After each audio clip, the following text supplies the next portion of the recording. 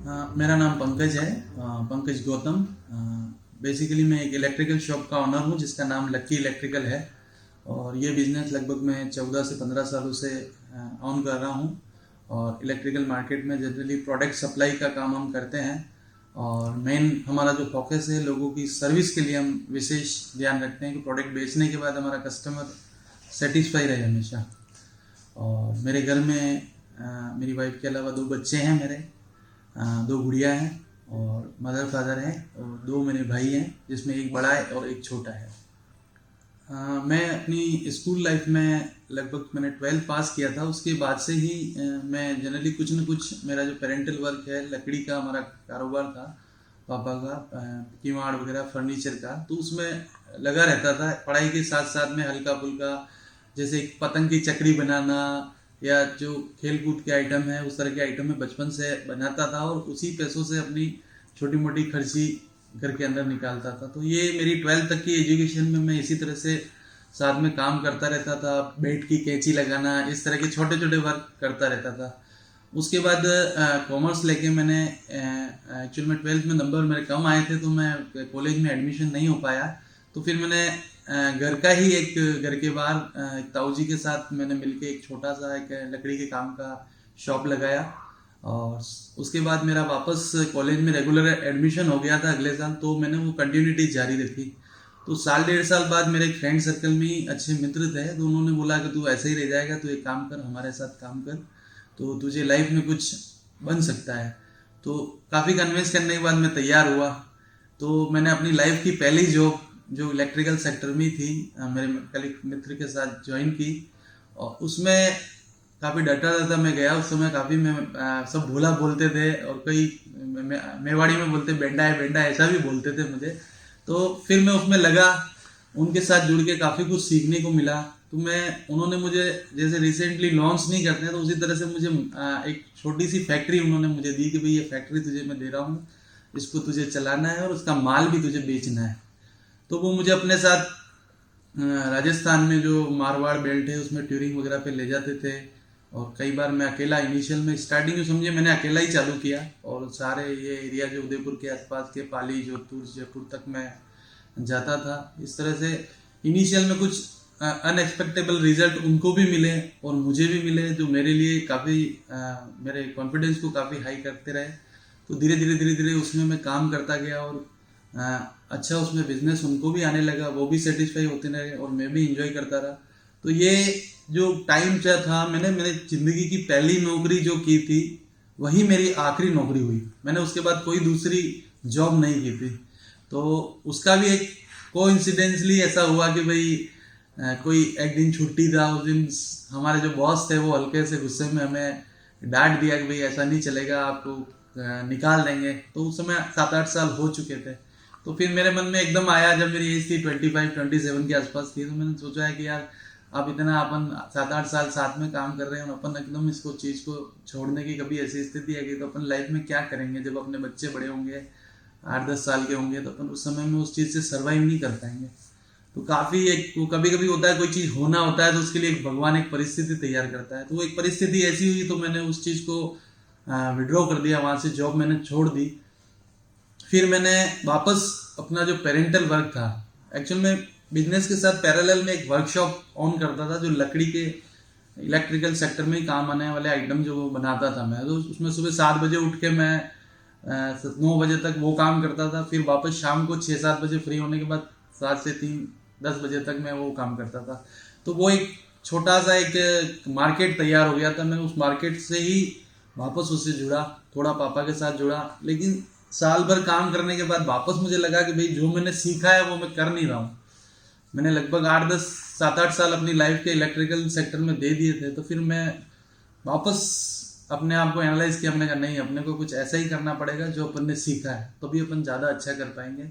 तो फिर मैंने एक घर से ही इलेक्ट्रिकल शॉप, एक कमरे के अंदर से मार्केटिंग जो मैंने सीखी थी, लोगों को कन्विंस करना, उसके थ्रू काम करना चालू किया। तो 2005-06 के अंदर मैंने हल्का फुल्का जो मेरे रिलेशन थे मार्केट में, जो शॉपकीपर्स थे, उनसे थोड़ा थोड़ा मटेरियल लेके कुछ परिस्थितियां भी ऐसी थी घर की कि ज़्यादा इन्वेस्टमेंट अपने पास था ही नहीं, क्योंकि तो नहीं था, मतलब बिल्कुल था ही नहीं। इधर उधर से अरेंज करके वो चीज़ें एक बार जनरेट की, लेकिन हमेशा मेहनत की। मतलब पर डे में लगभग 40 से 50 किलोमीटर 100 किलोमीटर तक मार्केटिंग के लिए गाड़ी चलाता था, लोगों के घरों पे, नए मकानों पे कन्विंस करने। तो धीरे धीरे धीरे धीरे एक आध ऑर्डर क्लिक हुआ, 2 क्लिक हुए, तो कॉन्फिडेंस बढ़ता गया कि भाई नहीं, अपन कर सकते हैं और अपना काम हो रहा है। तो फिर मैं उसमें ही आगे बढ़ता गया। कुछ बड़े ऑर्डर्स भी इनिशियल में मिले, जिससे कॉन्फिडेंस लेवल हायर हो गया। अच्छे अच्छे कंपटीटरों से अपन ने ऑर्डर लिया, तो उसके बाद एक फ्लो जनरेट हुआ। तो वो उस फ्लो के साथ में उस बिजनेस को धीरे धीरे धीरे धीरे आगे बढ़ाता गया। कुछ अच्छे ब्रांड्स भी हमारे साथ आए। तो धीरे धीरे एक आज की स्थिति में यूँ लगता है कि एक सेटिस्फेक्शन है कि हम खुद का एक व्यापार ऑन कर रहे हैं, न किसी की बंदिश में है, और हमारी सारी ज़रूरतें उससे पूरी हो रही है, और एक अच्छी स्थिति में अपन अपने परिवार को भी मेंटेन कर रहे हैं। तो ये एक स्टोरी है। इलेक्ट्रिकल का हम बिजनेस करते हैं, बड़े प्रोजेक्ट्स भी करते हैं, आईबीज वगैरह भी करते हैं, और सर्विस भी लोगों को देते हैं। सर, जो कंपनी का सक्सेस है उसमें बेसिकली हमने शुरू से ही यही काम किया कि अच्छे से अच्छा प्रोडक्ट आप कस्टमर को दो, और प्रोडक्ट के साथ में सर्विस दो। क्योंकि कोई 1,000 रुपये का आइटम भी आता है और एक 100 रुपये का आइटम भी आता है। जो 1,000 वाला आइटम है वो भी खराब हो सकता है, और 100 रुपये वाला भी खराब हो सकता है। लेकिन अगर वो खराब होता है तो उसके बाद में आप जो कस्टमर को रेस्पॉन्स देते हो, क्योंकि उस समय कस्टमर आपको प्रॉफिट नहीं देता है, उस समय वो आपसे कुछ सर्विस लेता है, तो वो एक एंड होता है। कभी कभी लोग यूँ सोचते हैं कि अरे यार कोई मतलब नहीं है, इसको अपन बेच दिया, अब उससे कुछ पैसे तो मिलेगी नहीं, ये एक सर्विस का एंड है। तो अगर आप उसको सर्विस देते हैं, उससे कनेक्टिविटी रखते हैं, ये भी एक कनेक्टिविटी का जरिया है, तो इन फ्यूचर वो रेगुलर आपको बिजनेस देता रहता है। और आज की स्थिति में तो मार्केट बहुत टिपिकल हो गया है, उसमें इतनी सारी शॉप्स हैं, इतने सारे बिजनेस ओनर्स मार्केट में आ गए हैं कि लोगों के पास बहुत सारी चॉइस है। तो उस चॉइस के बीच में एक यही जरिया है कि आप अपने कस्टमर को हमेशा सेटिस्फाई रखें, उसकी सर्विस हमेशा उसको दें, जिससे वो प्रोडक्ट तो कोई भी चेंज हो सकता है, आप वही रहेंगे। आपके पास 10 प्रोडक्ट आएंगे, 10 जाएंगे, लेकिन कस्टमर के लिए आप वही रहेंगे। अगर आप उसके लिए जेन्यून है तो आपके सारे प्रोडक्ट जेन्यून है। लाइफ में जो इंसिडेंट हैं, कभी ऐसे होते हैं इंसान टूट जाता है। तो मेरी लाइफ में भी एक सोशल लेवल पे मैं हमेशा काम करता था, लोगों से जुड़ा रहता था। मेरे समाज के अंदर, मेरे सर्कल के अंदर कुछ ऐसे इवेंट भी हमने किए जिसमें समाज के 10-20 हज़ार लोग हमने जुड़े, और एक मतलब मेरी पर्सनालिटी को एक हाइप मिला, उससे लोग मुझे पहचानने लगे, जानने लगे मेरे समाज के अंदर। तो भगवान ने 8-10 हज़ार लोगों के सामने खड़ा होकर एक स्टेज पे हमने उसको मैनेज किया, लोगों को एंटरटेन किया और एक अच्छा मैसेज दिया। लेकिन उसी के ही 10-20 दिन बाद एक मेरे साथ एक इंसिडेंट हुआ। मेरी जो वाइफ थी उसका एकदम डेथ हो गया। हॉस्पिटल में एडमिट कराने के बाद कुछ ऐसी परिस्थितियां बनी कि 2 दिन के अंदर उसकी डेथ हो गई। वो उसके जाने के बाद मेरे लिए 2 गुड़िया छोड़ गई। एक गुड़िया मेरी लगभग 12 साल की थी, 13 साल की, एक गुड़िया मेरी 8 साल की थी। तो ये एक सबसे बड़ी मेरी साथ ट्रेजेडी थी कि जो मेरे बच्चे थे वो दोनों लड़कियां थी और मेरी वाइफ की डेथ हो गई। तो काफ़ी हर इंसान एक परिस्थिति से निकलना मुश्किल है, लेकिन वो सोचता गमगीन हो जाता है कभी बार। तो मैं भी कुछ 5-10 दिन के लिए ऐसी स्थिति में आया, लेकिन फिर मैंने वापस सोचा कि भाई मेरे पास जो है वो मेरे लिए ज़्यादा जरूरी है। तो उस समय मैंने न तो बिजनेस को तरजीह दी, सबसे पहले सोचा मैंने कहा मैंने दोनों बच्चों को एक बार मेंटेन करना, उनके मेंटली उनको प्रिपेयर करना इस परिस्थिति के लिए। तो मैंने लगभग 8 से 10 महीने अपनी लाइफ के खाली अपने बच्चों के लिए दिया और उनको बिजनेस भी किया, क्योंकि सिंगल हैंड बिजनेस था, मैं ही ओनर था, एम्प्लॉइज उस तरह से हैंडल नहीं कर पाते। लेकिन फिर भी मैंने सेकेंडरी रख के उन बच्चों को मेंटली उनको टाइम ज़्यादा देके, उनके साथ ज़्यादा टाइम स्पेंड करके, उनको एंटरटेन करके उनको 3-4 महीने में से उस स्थिति से निकाला। उनके सारे रिजल्ट्स वगैरह उस डेथ के 3-4 महीने में एग्ज़ाम थे, 2 से 3 महीने में जब उनके रिजल्ट्स आए, जब अच्छा रिजल्ट मुझे मिला तो मुझे सेटिस्फेक्शन हुआ कि हाँ चलो अब वापस अपन इस चीज़ को नई तरीके से करते हैं। तो वो एक ऐसी स्थिति थी कि जनरल इंसान होता है तो वो उसमें कई बार अपने आप में खो जाता है और वो अपने आसपास की चीज़ों को भूल जाता है। तो ये मेरे लिए भी मुझसे सीखने वाली बात थी। मैंने उस स्थिति से निकला और वापस बिजनेस को हैंडल किया और 1-2 साल के पीरियड में वापस मैं उसी स्थिति में आया। तो ये एक मेरी लाइफ का बहुत बड़ा इंसिडेंट था जो मेरे लिए रहा।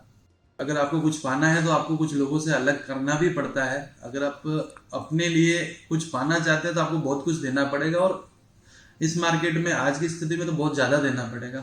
तो अगर आप एक पढ़ाई भी करते हैं तो आपको उसके लिए सुबह 5 बजे उठना पड़ता है, रात को 2 बजे 1 बजे सोना पड़ता है। तो बिजनेस भी उसी तरीके से है कि आपको एक्स्ट्रा ऑर्डिनरी उसमें काम करने के लिए, कहीं ना कहीं ज़्यादा पैसे कमाने के लिए आपको कुछ न कुछ अलग से करना पड़ता है। तो मैं लाइफ में शुरू से ही एक स्ट्रगल, मैंने मतलब घर के बाहर जो एक बैठने की वो चौतरी होती है उस पर मैंने किताबों की एक डोरी बांध के किराए पे किताबें भी बेची हैं।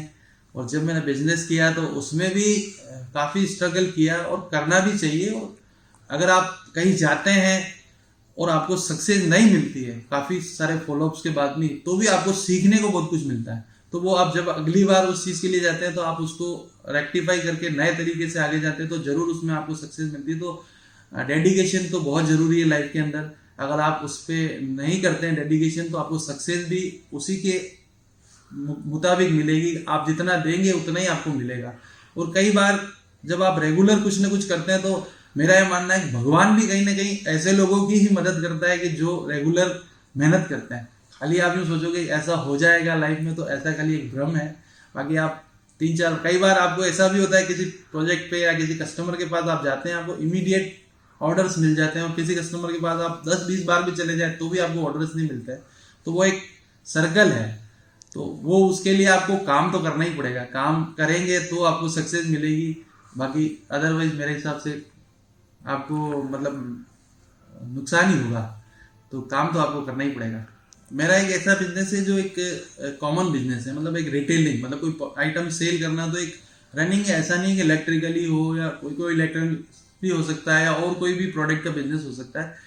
तो सबसे पहली चीज़ तो ये है कि जैसे मैंने बताया कि मेरी पहली नौकरी और आखिरी नौकरी एक ही थी। तो बेसिकली जो अनुभव होता है किसी भी चीज़ का वो मेन होता है।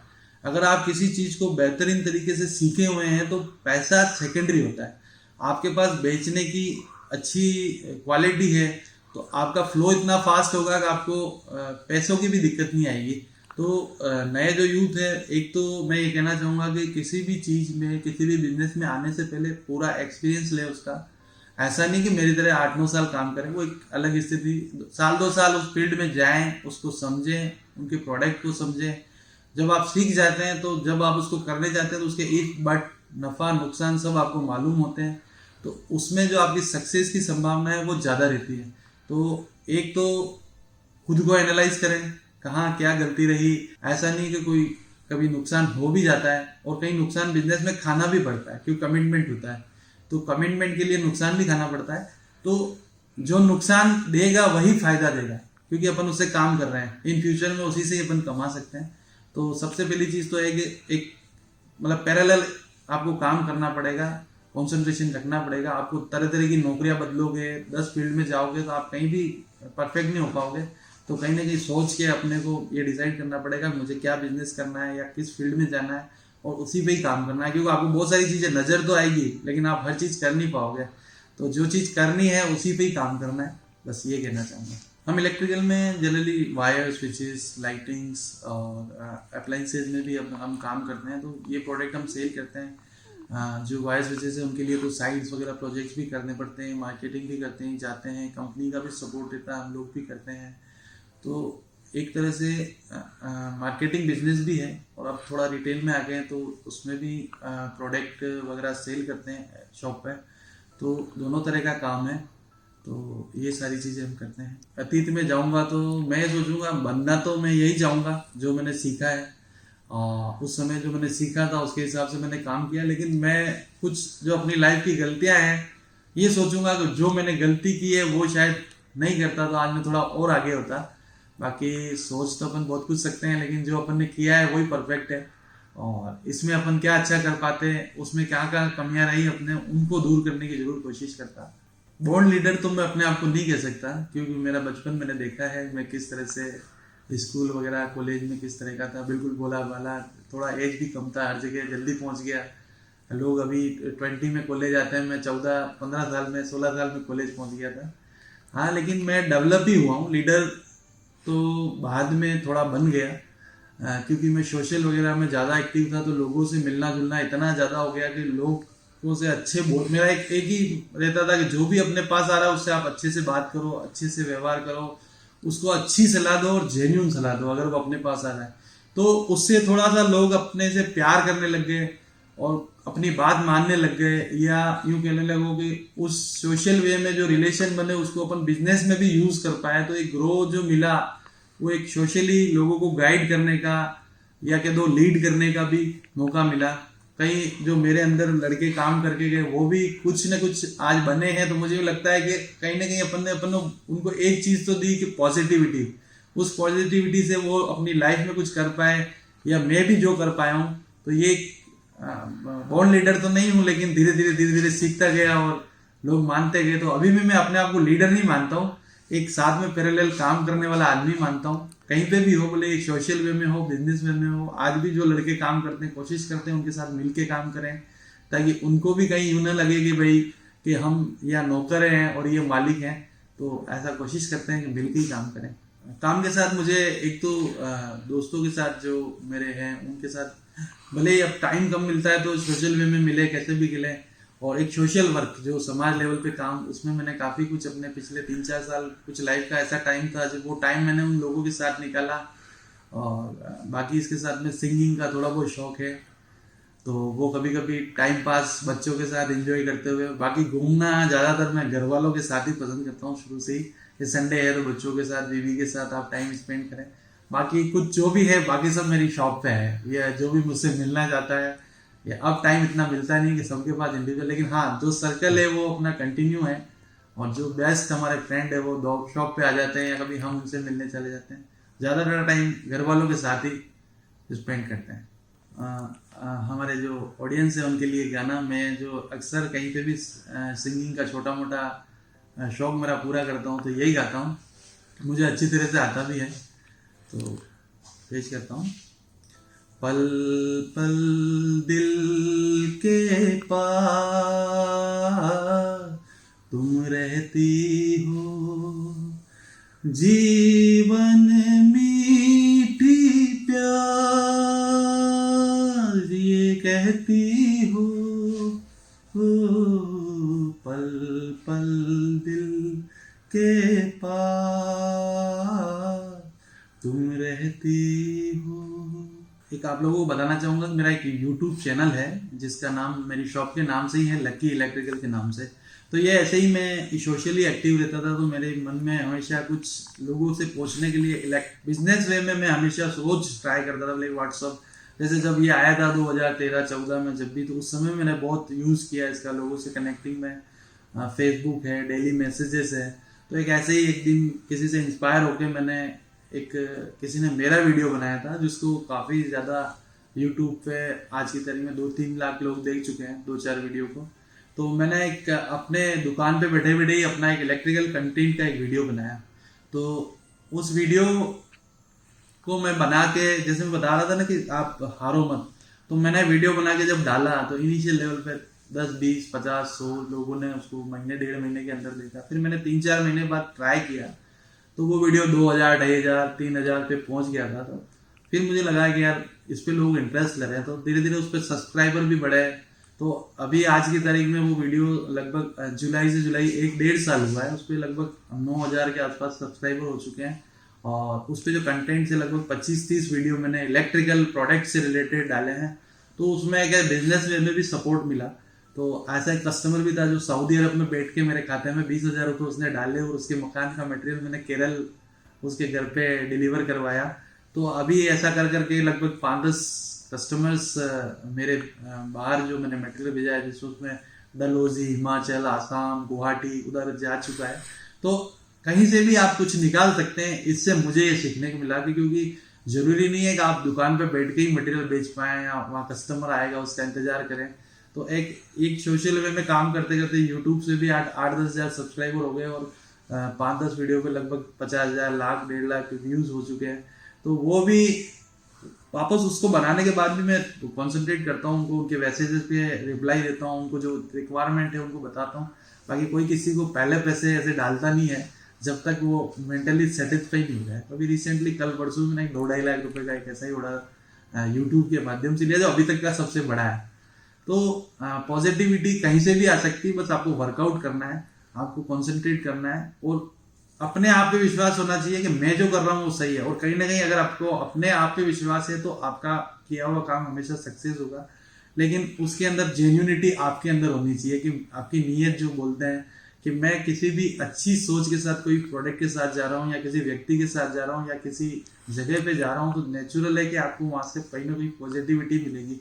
अब वो किसी चीज के रूप में मिले या किसी की दुआ के रूप में मिले या किसी पैसे के रूप में मिले, तो हमेशा अच्छी होती है। और ये मैंने सीखा है।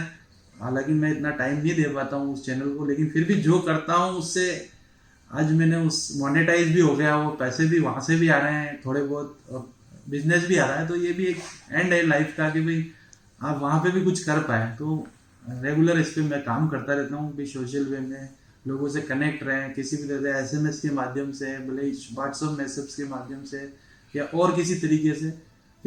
एक चैनल है कि आप जिंदा हो आज के जमाने में, क्योंकि हर आदमी के पास पहले एक सिटी में 4 दुकान होती थी, आज उसी सिटी में 400 हो गई है, कल 800 होगी। तो जिंदा रहने के लिए ये बताना जरूरी है कि मैं जिंदा हूं। और वो एक तरीका यही है कि आप किसी को मैसेज के माध्यम से बता, हर आदमी से आप मिल नहीं सकते हो, भले ही वो आपको रिप्लाई नहीं दे रहा है लेकिन आपको नोटिस जरूर कर रहा है, आपकी वो चीज देख रहा है, आप कोई प्रोडक्ट भेज रहे हो, जब उसको जरूरत होगी वो आपको जरूर एक बार ट्राई जरूर करेगा। और उस समय आपके पास मौका है, आप उसको कन्वर्ट कर पाए, नहीं कर पाए तो कोई बात नहीं, कम से कम आपको उस समय एक चांस तो मिला कि मैं कुछ कर पाऊँ। तो यही है बस। सभी ऑडियंस से कहना चाहूँगा कि आपके पास भी अगर ऐसी कोई कहानी है जो आपको अलग बताती है दूसरों से, तो आप इस प्लेटफॉर्म पे आए, उस कहानी को डालें। और उसी के साथ ही अगर जो मेरी कहानी है अगर आपको पसंद आई है तो आप इसको ज़रूर लाइक करें और फॉलो करें और लोगों को शेयर करें। और उसके साथ जो भी कमेंट्स में आप कहना चाहें वो भी बताएं। तो बहुत बहुत धन्यवाद आप सभी को सुनने के लिए मेरे बारे में।